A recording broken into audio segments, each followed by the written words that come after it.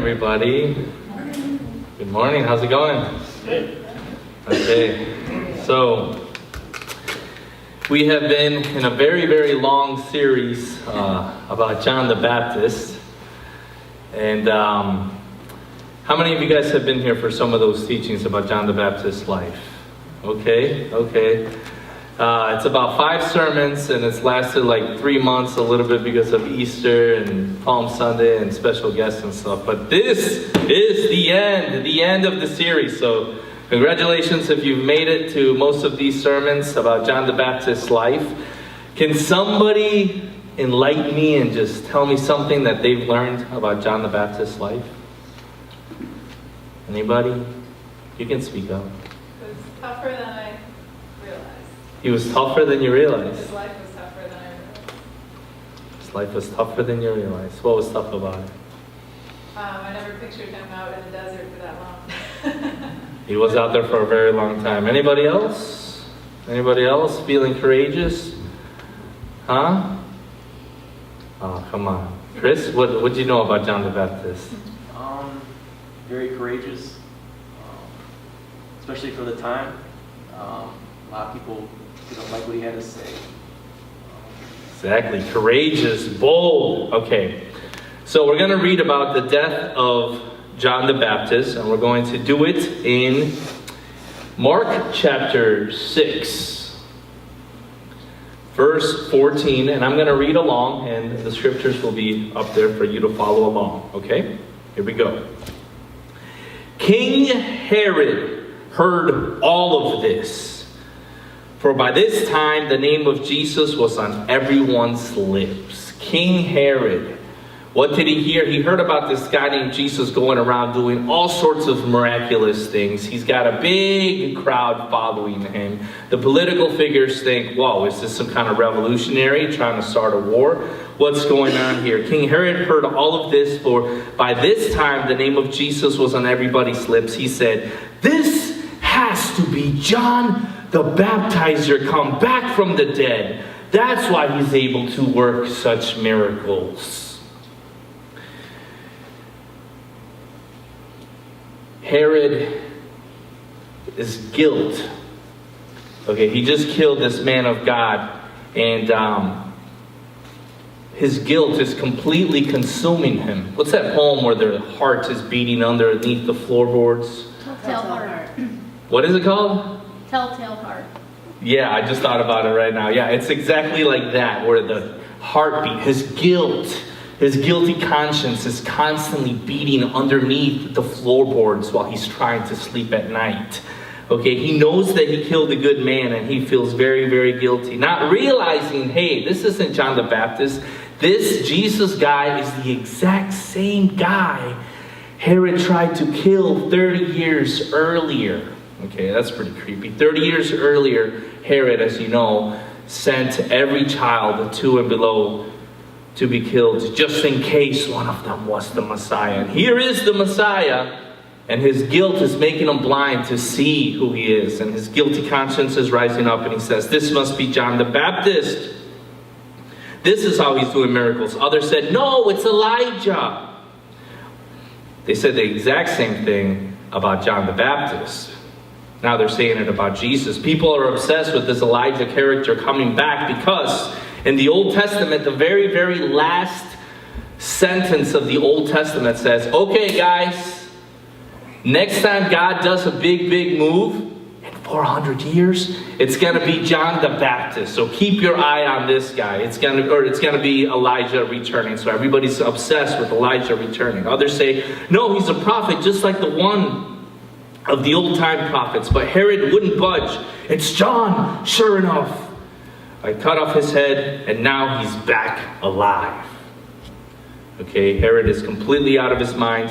He thinks something impossible has happened because of his guilt. Herod was the one who had ordered the arrest of John, put him in chains, and sent him to prison at the nagging of Herodias. Herodias is his wife.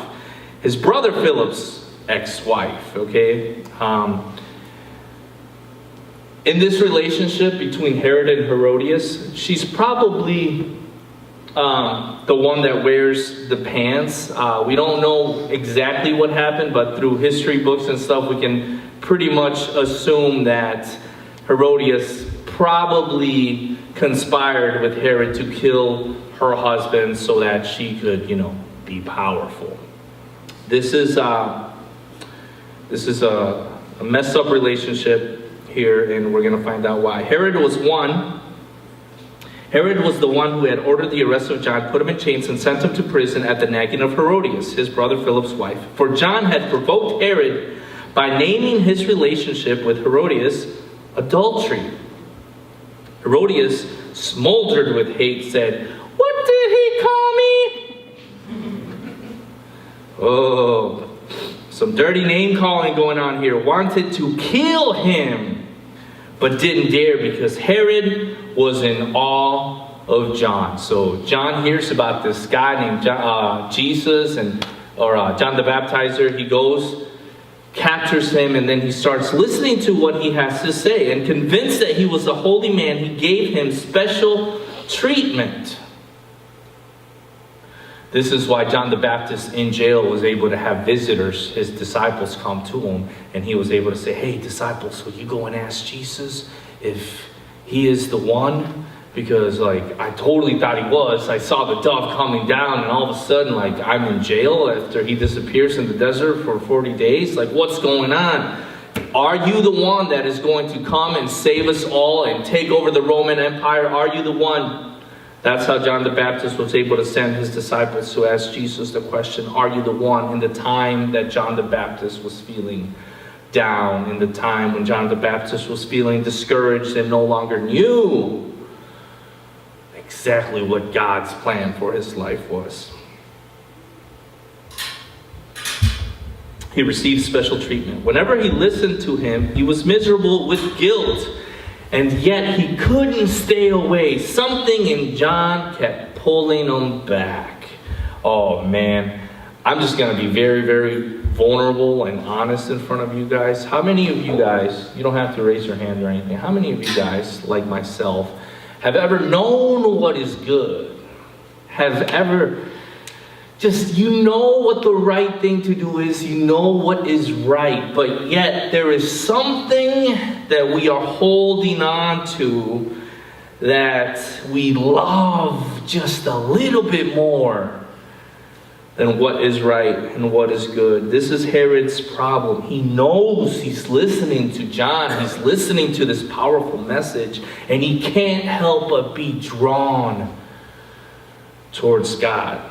Can't help but fall in love with the words that this man, John, is saying about this loving Father. And yet he couldn't stay away. Something in John kept pulling him back. But a pretentious day arrived when Herod threw a birthday party, inviting all the brass and blue bloods in Galilee. Okay, this is a big party. This is like the king of the land, and he's got kings over him. He's basically just like a Jewish man pretending to be a king, placed there by the Roman Empire to suppress the Jewish people and make sure nobody, riots and gets out of line. So it's his birthday, he's a celebrity, and he's inviting even bigger celebrities to come to his birthday party. This is like, Super Bowl meets the movie awards, the Oscars. Okay, this is all the top names are here. Let's see what happens. Herod threw a birthday party inviting all the brass and blue bloods in Galilee. Herodias' daughter entered the banquet hall and danced for the guests. This is Herod's stepdaughter. She comes in, puts on a little show. She dazzled Herod and the guests. She must have come down with robes like Cirque du Soleil and had banners and all sorts of, because the excitement that Herod and his guests, this must have been like a halftime performance, Super Bowl halftime performance. And she dazzled Herod and the guests. The king said to the girl, "Ask me anything." In Matthew, it's hilarious. It says, I forgot, in his drunken enthusiasm or something. Oh yeah, in his drunken enthusiasm, he promised her an oath. So, he's partying, he's feeling the spirits, and all of a sudden he bursts out in jubilation. He's so excited about this dance. And he says, "Ask me anything, I'll give you anything you want." Carried away, he kept on. "I swear I'll split my kingdom with you if you say so." Somebody's drunk and trying to impress her friends, okay? She went back to her mother and said, "What should I ask for?" And Herodias said, "Ask for the head of John the Baptizer." Oh, excited. This is a messed up little family. This is one messed up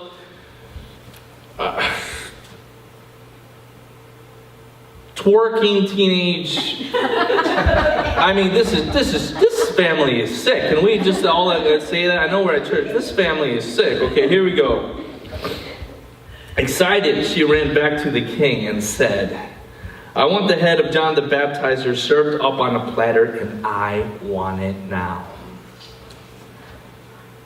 John the Baptist is sitting in his prison, and he just received news from his disciples saying, "Hey, we went and asked Jesus what you told us to ask him." We went up to him and said, "Hey, Jesus, are you the one we've been waiting for?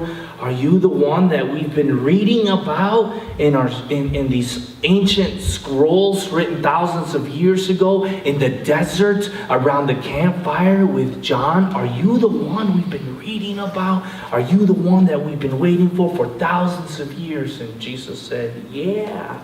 And he went ahead and quoted the scriptures that they were reading years earlier and said, "Look, I am fulfilling everything that you were studying around that little campfire. Go tell John."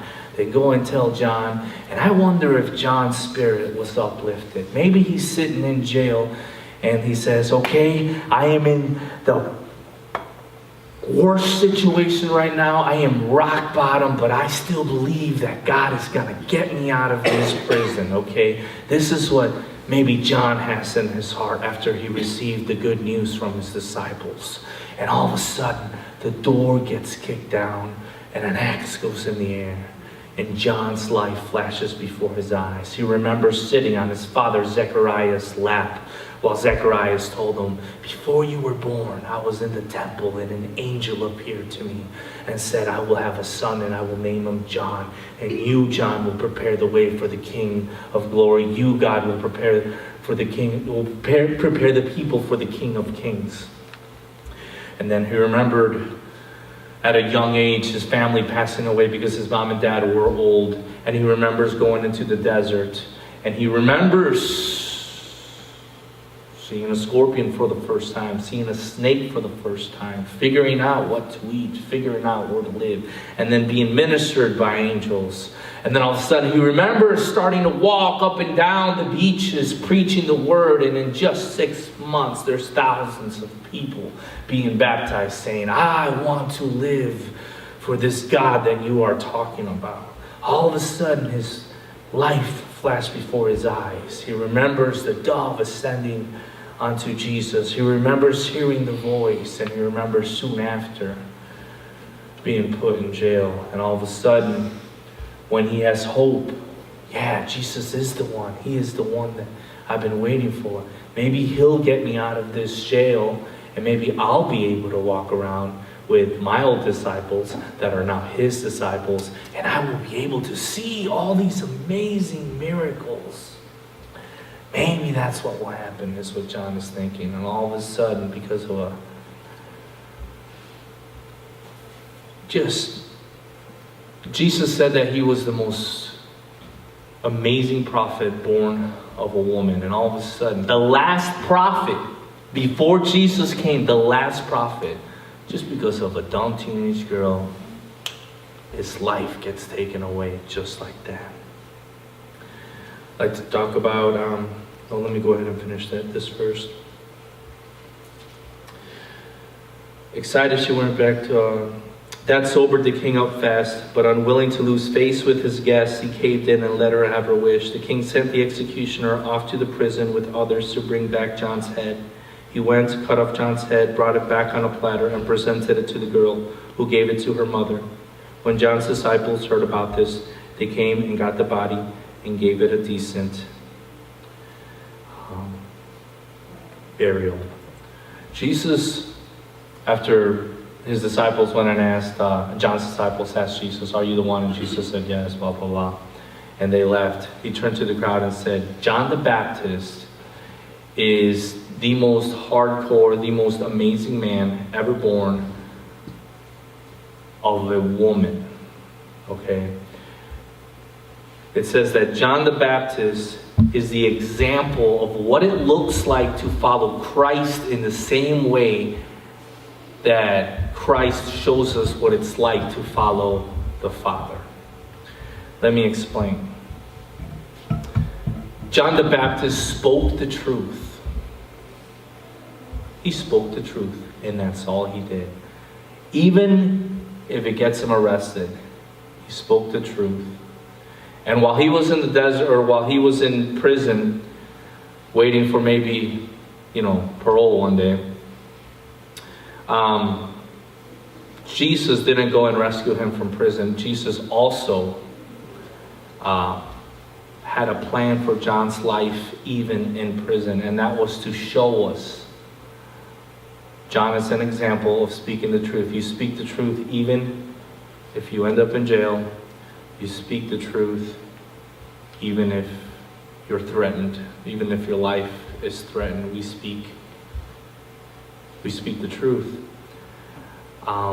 I would like to now show you a video of the underground church in China, where it is illegal to be a Christian, and these people are not afraid to speak the truth. So at this one, I'd like for you to turn to the screen. And few places in the world are seeing the explosion of God's power like the underground church in China is experiencing.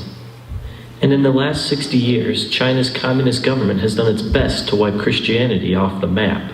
What you are about to see is some of the rarest footage on the planet.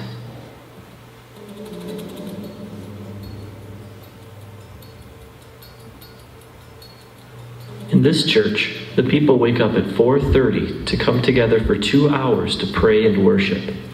They do this every day.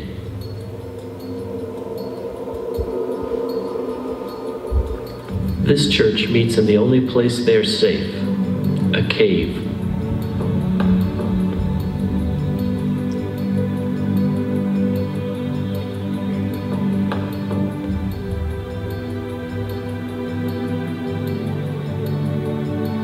This church meets on a farm, far away from prying eyes.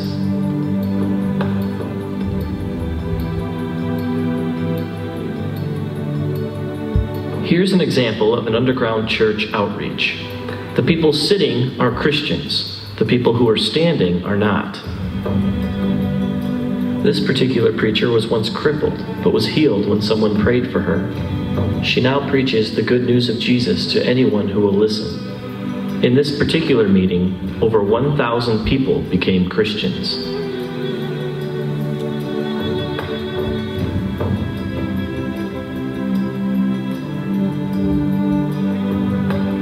Here, Christians cast out demons from an 18-year-old girl. She's now a preacher.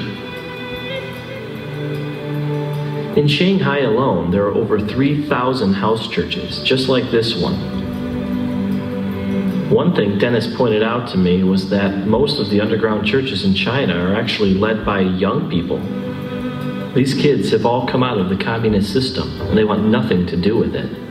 They only want to spread the love of Jesus to everybody they meet. This is a music school. Well, that's the cover anyway.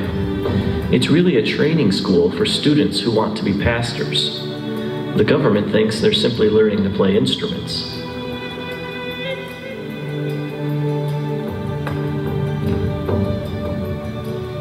One thing I quickly realized about the Chinese church is that it's a lot different from the American one.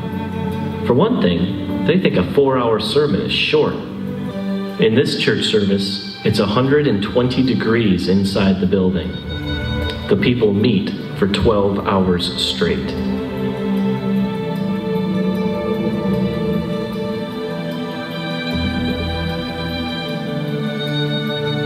Dennis told me one story about a time he went to a very remote village in China to preach. He was led into a large room where the people were packed so closely together that he had his back to the wall and could reach out and touch the row in front of him. Everyone stood. There was no room to sit. He asked how long he should preach for, and they told him from 8:30 to 7 at night. Then they asked him if it wasn't too much trouble, could you come back tomorrow and preach from 8:30 to 7 again? And then, very sheepishly, they asked again, if you'd be so kind, could you come back the day after that and preach from 8:30 to 7? He asked how often he should take breaks, and they told him not to stop. The people will wait. Then he asked them what he should preach on. Everything, they replied, from Genesis to Revelation. And then it dawned on him, these people had no Bibles. After the death of Mao Zedong, the Chinese people, cheated by a false god, began to search for the true God.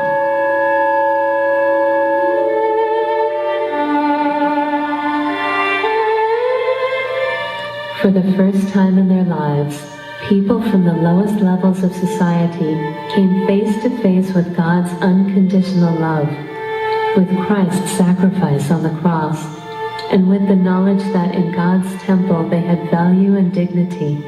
How could they not rejoice, like everyone who has received the most precious gift in the world?